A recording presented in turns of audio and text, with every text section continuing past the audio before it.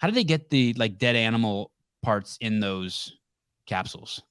Yeah, it's not rocket science. It's Help me out. The animals are slaughtered, Mhm. and all the organs are collected to specification. Yeah. And so once that's happened, then we go to a freeze dry facility. We mince everything, we grind everything. Everything is gently freeze dried. So I don't know how interesting. What does that mean, freeze dried? What is that? I don't even know what that means.